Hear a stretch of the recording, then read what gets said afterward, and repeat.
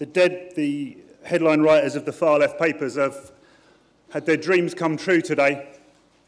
Compass has sold out. The only political organisation in British politics that can put 1,000 people in a room on a Saturday morning. I welcome you all. I don't really care about the name on your party card or whether you have a party card. What I care about is the belief that's in your heart, whether you want a more equal, sustainable and democratic world, and if you do, you're in the right place. So I welcome members of the Labour Party, and I welcome that bigger group of people who used to be members of the Labour Party. I welcome every Liberal Democrat that's in the hall and here today. I welcome every Green, I welcome every trade unionist and independent campaigner. Welcome to the Compass Conference, your conference. I'll say a few more words at the end. First, I'm delighted to introduce Caroline Lucas, back again for a second year. Last year, she spoke as a member of the European Parliament. This year, she speaks as a member of the British Parliament. She stood on a party manifesto. Thank you.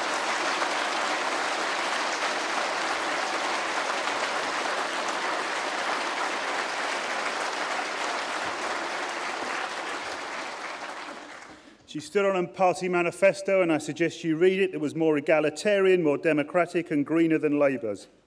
Across Europe, in places like Sweden and France, red coalitions are now challenging the right for power. Caroline Lucas, the leader of the Green Party.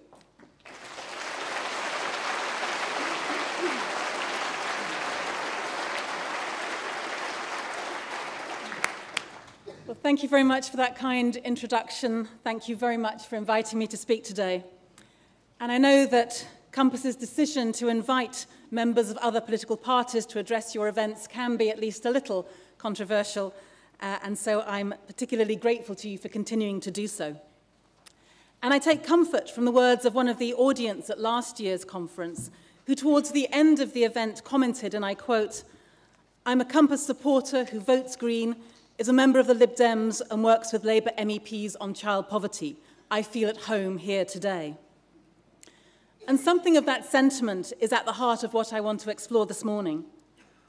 The creation of the Conservative Lib Dem coalition has potentially reshaped politics in a way that even New Labour failed to do. But for me, the overwhelming question which the formation of that Con-Dem coalition poses to the left is this: to what extent does the left genuinely want pluralism in political representation? Politics has been shaken up. We've already seen plenty of things we thought impossible. As the UK's first Green MP, I think I'm probably one of them. But even though this has not generally been a good election for the left, it does seem that there is cause for new hope.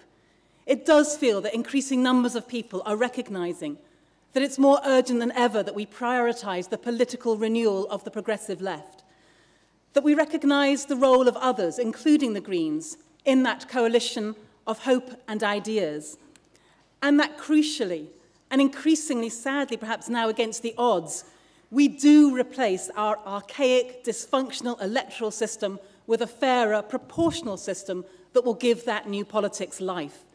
And I have to say it's deeply disappointing.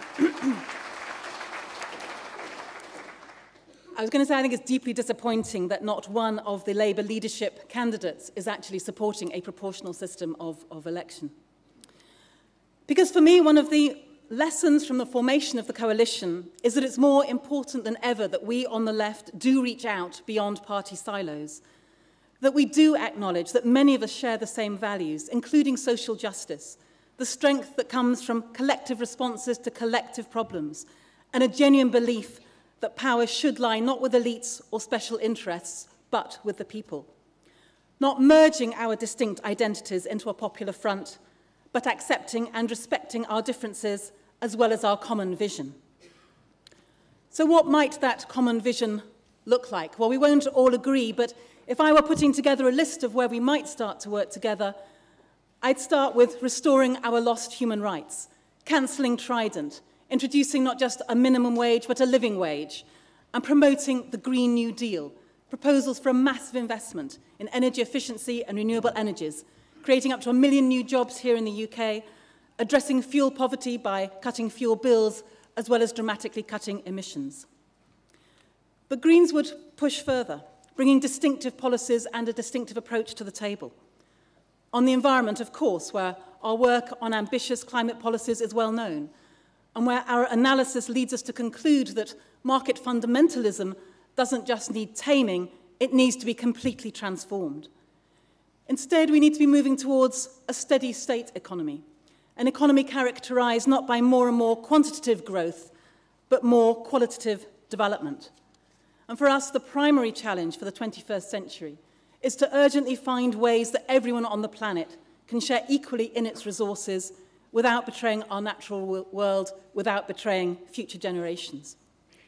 But we'd go further on social policy too, including a long-standing support for a high pay commission to curb excessive pay, both in the public and the private sectors, a tax on land values to dampen house price speculation and provide funds for social housing, opposing the privatisation of public services, promoting greater representation of women in politics and boardrooms, raising pensions, and providing free social care to the elderly.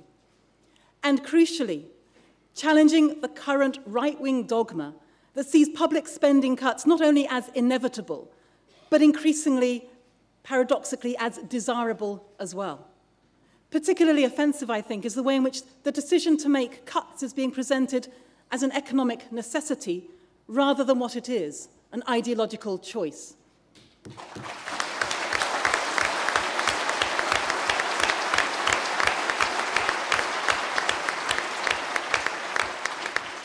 I think each generation has to ask itself anew, do we want more progressive taxation affecting the richest in society more, or do we want to spend less, hurting the poorest in society more?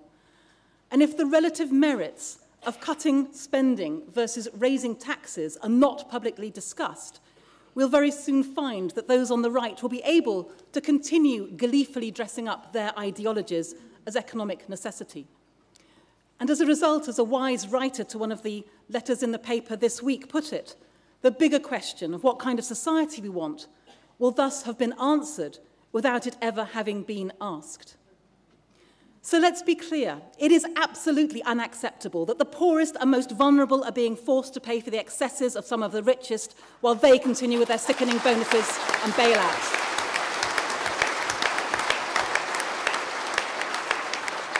But at a time when the top 10% in this country have 100 times the wealth of the bottom 10%, it is obscene that choosing spending cuts over fairer taxation as a way of cutting the deficit is being seen as the way forward. And let's be clear that the financial crisis offers us a vital opportunity to completely reform the financial system, as well as introducing more progressive taxation, including a Robin Hood tax, a land value tax, and a clampdown on tax evasion and avoidance. So how should we, together, approach the question of how to turn hope for the future of the left into real action to achieve it?